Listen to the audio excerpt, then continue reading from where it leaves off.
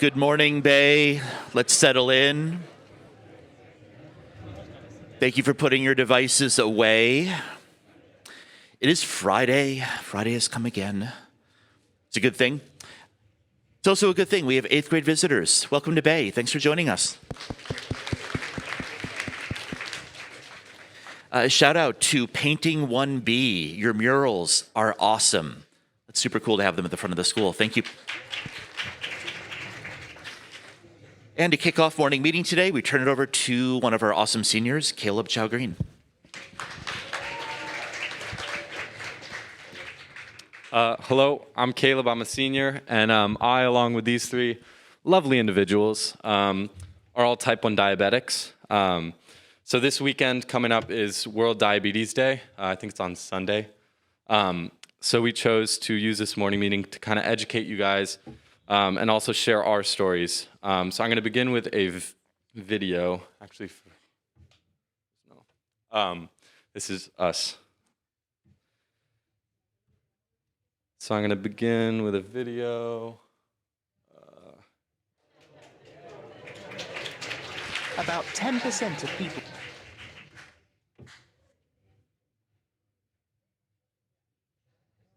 with diabetes have type 1. It's got nothing to do with diet or lifestyle, it just happens. When you have type 1 diabetes, your body attacks the insulin-producing cells in your pancreas, so you can't produce any insulin at all. And we all need insulin to live. It does an essential job. It allows the glucose in our blood to enter our cells and fuel our bodies. When you have type 1 diabetes, your body still breaks down the carbohydrate from food and drink and turns it into glucose. But when the glucose enters your bloodstream, there's no insulin to allow it into your body's cells. More and more glucose then builds up in your bloodstream. So what does this mean? Well, before diagnosis, your body tries to get rid of the glucose through your kidneys, and that makes you wee a lot. Weeing so much leads to another symptom of diabetes, extreme thirst. Because glucose can't enter your cells to give you energy, you'll feel incredibly tired. To try and get energy, the body breaks down fat stores to provide fuel. That's why people often lose weight before discovering they've got type 1 diabetes. These symptoms tend to come on quickly, over just a few days or weeks. Anyone who has these symptoms should see a doctor as soon as possible. If you've got type 1 diabetes, you get insulin into your body by injecting it or using a pump which delivers a constant supply into you. You'll also need to check that your blood glucose levels are not too low or too high by using a blood glucose testing device several times a day. When you start taking insulin, you'll begin to feel better, and your blood glucose levels will go down. This is important because over a long period of time, high glucose levels in your blood can seriously damage your heart, your eyes, your feet, and your kidneys. These are known as the complications of diabetes. But with the right treatment and care, the long-term effects of diabetes and high glucose levels can be managed. You can find out how we can help you manage your diabetes on our website. We're still not sure why some people get type 1 diabetes and others don't, or why the immune system of someone with type 1 attacks the cells that produce insulin. But our researchers are learning more and more about type 1 diabetes. I will stop it there. Or not. About 10% of people with... Okay, so I'm going to share with you just my story around diagnosis, as well as it just kind of doubled as a college essay, so I chose to share it with you guys. So it was a seemingly random Monday morning when my mother told me that we were going to go to the doctor's office. My 11-year-old self likely thought, perfect, no math class. When we arrived at the office, my mom spoke in a quiet tone to the doctor, and he came over to me with a big reassuring grin, saying in a kind tone that we just needed to run some tests. He took blood samples and urine samples, and when the doctor came back, the smile was gone. He quietly told my mom something, and I saw the color drain from her face. The next thing I knew, I had finished a 3-day stint in the hospital. I was preparing for my arrival back to the 7th grade. At this point, I was hiding myself from the world of fundraising and advocacy. My mom kept trying to get me into groups where I could talk and learn from other diabetics. I refused and refused. I just wanted to live life like anyone else and not worry about this part of my life. That was until a camp in the Santa Cruz Mountains called Camp de los Niños. This was a turning point in my willingness to really be a diabetic. Although the camp was full of diabetic kids, Aside from a couple of minutes a day, I just felt normal. Nothing to hide, but also nothing to broadcast. I met kids from all around California, some even driving from Oregon or Nevada. For a week, I learned I was not an outsider. Rather, I was blessed with the ability to have a meaningful connection with people that I'd never met. After coming back from camp, my willingness to be an active part of the community had changed. That November, I got together with the JDRF walk team, an annual walk in San Francisco to raise money and awareness for type 1 diabetes. And together, the Got Insulin team raised more than $20,000. To this day, when I notice an insulin pump tube or a continuous glucose monitor or on someone I see, I say hi, knowing immediately that we'll have something to bond over. I urge you all to think about the things that make you different, and rather than hide it, use it as a way to better yourself and your community. As the more open we are as individuals, the easier it is for groups to be more accepted. And with that, I'm just going to move on to Sia, who's a sophomore, and she's going to share part of her story.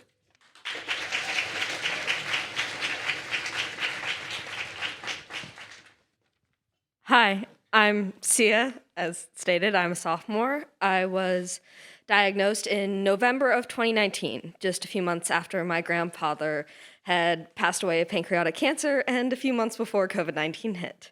Year of good luck, I know.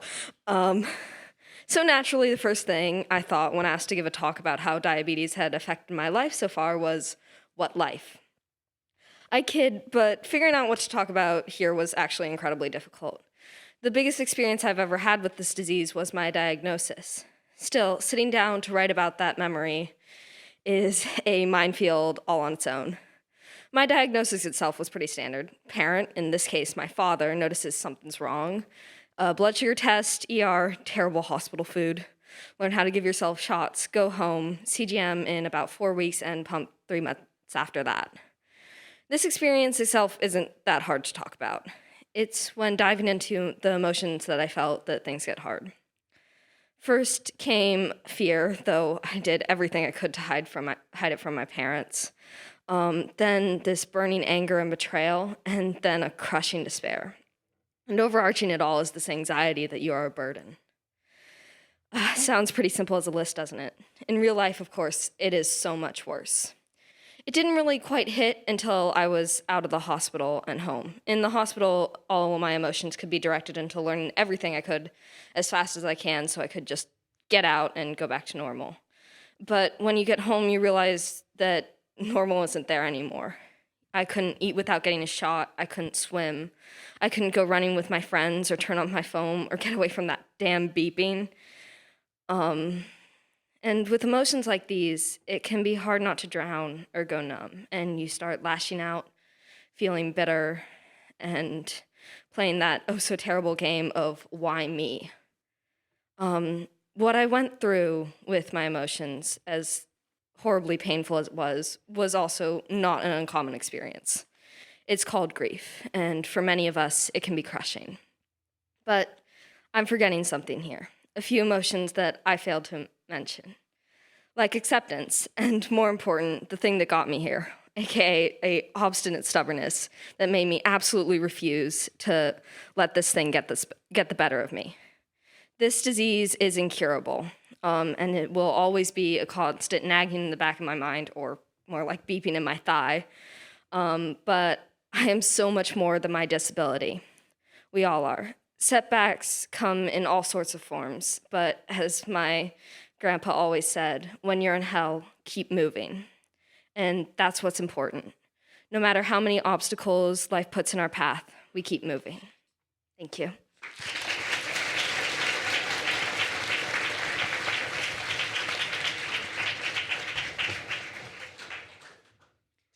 Thank you, Sia. I'm Gina. My diabetes moment is about the work that went into being able to have a healthy pregnancy and child. One important and regular test diabetics have is called a hemoglobin A1C. This test measures your average blood sugar level over a 3-month period. You can see on my slide that a normal A1C, for those of you in the room, is less than 6%. At the time of my diagnosis, mine was almost 15%. Getting myself to under 6% to have an approved pregnancy is the biggest accomplishment of my life. I'm going to share with you part of a letter I wrote to my son when I was asked to write his birth story. What I discovered in writing this was that his birth story was my grief counselor. It allowed me to reflect on all the emotions that Sia mentions and push through. Thank you for letting me share. Dear Nikolai, I was not always your mother. I was a girl who loved sports but played like a boy. My friends were arranged through matters of convenience, my working parents eager to find someone to drive me to soccer practice or pick me up from swimming. When they couldn't, I would walk to my grandma's, where I would wait until your Uncle Mike could transport me home on his bike. There she sat in her sunken corduroy chair listening to Phil Donahue. The room smelled of oil of Olay, while pictures of Jesus would watch over her. Offering a nod to me, I entered. She put her finger to her mouth, instructing me to wait. So I wandered out back, happy to toss the leftovers from my lunch over the fence to Mr. Little's cow. What are you doing? My brother glared from me to the cow and back to me. I don't feel well. I think I have a disease no one has heard of. My brother blanched at my suggestion, shaking his head and ordering me up on his handlebars. Your sister's not crazy. She's just having a hard time with puberty, I would hear my mother explain after my teacher called home to report yet another incident. I had demanded she called someone to come pick me up, complaining of a stomachache during a field trip to Pizza Hut. It's not that I didn't want to go. I just hated the idea of pizza or pepperoni and cheese sitting in my gut during soccer practice. I hated food. I hated the time it took to eat it, and I hated the way it made me feel. And more so, I hated that everyone else seemed to love it. The girl has an eating disorder, and I'm the only one who sees it, my brother screamed. He was partially right. Although my disorder wasn't about body image, I was already too thin and too tall for my age. Rather, it was a desire to have confidence in the physical capabilities of my body, to run faster, to swim further than anyone else could. My universe was governed by a drive to compete, and moreover, pushing myself to the point of exhaustion, just to see if I could. My grandmother called it circummoral pallor, a condition where my face turned red, leaving a white ring around my mouth. She would call me from the sidelines and make me drink cups of Gatorade before letting my coach put me back in. She was the only one who believed me when I complained of feeling sick or gave in to my request for something sugary to eat or allowed me not to finish my dinner. My brother teased me, particularly about my constant need to pee. He suggested I become a journalist, writing commentary about the cleanliness of public bathrooms, for surely I had seen them all. My mother blamed my father, who tried to channel my competitive nature by having me run with him after work and tracking my personal bests. However, it was only discovered years later my body was competing against itself on a daily basis, simply to keep me alive. My diagnosis of type 1 came as a shock to everyone. There was no family history, no logical explanation, and worse, no cure. Yet for me, it brought peace. I felt validated by the label, that I did have a disease and it had been heard of before. While highly misunderstood, it made perfect sense to me. I wanted to scream, I am sick. Do you believe me now? So no, I wasn't always your mother, yet I always wanted to be. You came to me after years of diligent glucose testing and complicated insulin to carbohydrate calculations. You came despite doctors' warnings, your grandparents' anxiety, and your own father's hesitation. But with you, my universe has been corrected. Now in its center, instead of a drive to compete or a rage against food, or even diabetes, is you, Nikolai.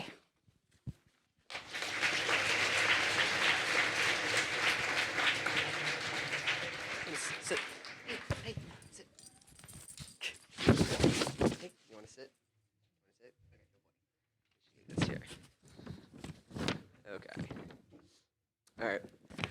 Hi, my name is Julian. I'm a sophomore. I was diagnosed with diabetes in August of 2012, and I would talk about my experience with that, but I really don't remember. As you can see, my blood sugar was over 200, which, it's not great, but also it's not out of the ordinary, as you can see from the other kids. 600, 1,000. It just wasn't that crazy. So I just wanted to start off with my first slide about diabetes sucks. It really does. There's nothing good about it. Waking up in the middle of the night and having to test your blood sugar because either your blood sugar is low or your blood sugar sensor is out is one of the worst things ever. But just because having diabetes sucks doesn't mean your quality of life has to suck with it. That brings me to the next point of how I joined a group of diabetic teens in my area in 2018, whose goal was to guide newly developed teens with diabetes and help them along with their journey. This is called the Diabosses, and it was founded by a person in TAM High School back, I think, in 2016. This group meets up about every single month to do an activity, and I thought it would just be, a group of kids talking about having diabetes. But as the more events that I went to, I realized that that wasn't the focus of the group at all. It was really just kids being kids, and we just happened to have diabetes. My last point is about having Guinness. I got Guinness 2 years after I was diagnosed with diabetes in, I'm pretty sure, June of 2014. What Guinness does for me is, hi, buddy. He is able to smell my blood sugar if it were to increase or decrease 30 minutes before it happens, before the blood sugar sensor is able to detect it at all. And he's able to do that with his big old nose. He can smell very, very well. And he was trained to pick up the scent of increasing and decreasing blood sugar. He also helps me wake up at night because after 9 years of being diabetic, you tend to ignore your alarm. But an 85-pound dog on your chest really seems to do the job. So, yeah. I'd say my biggest takeaway from having diabetes is my ability to adapt and overcome obstacles in my life. But for you guys, your takeaway could be visiting these websites and donating. Woo!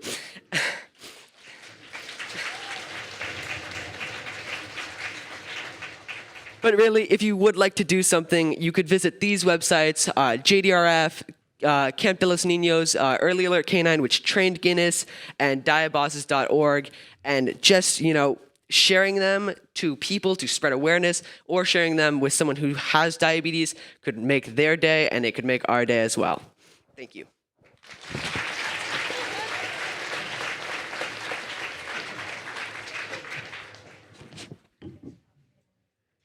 Good morning, Bay. Thank you all for your presentations. I admire your courage to be up here, to share your story, to be vulnerable in front of everyone. Everybody, it's a lovely day outside. Before we begin our Friday, let's take one deep breath together.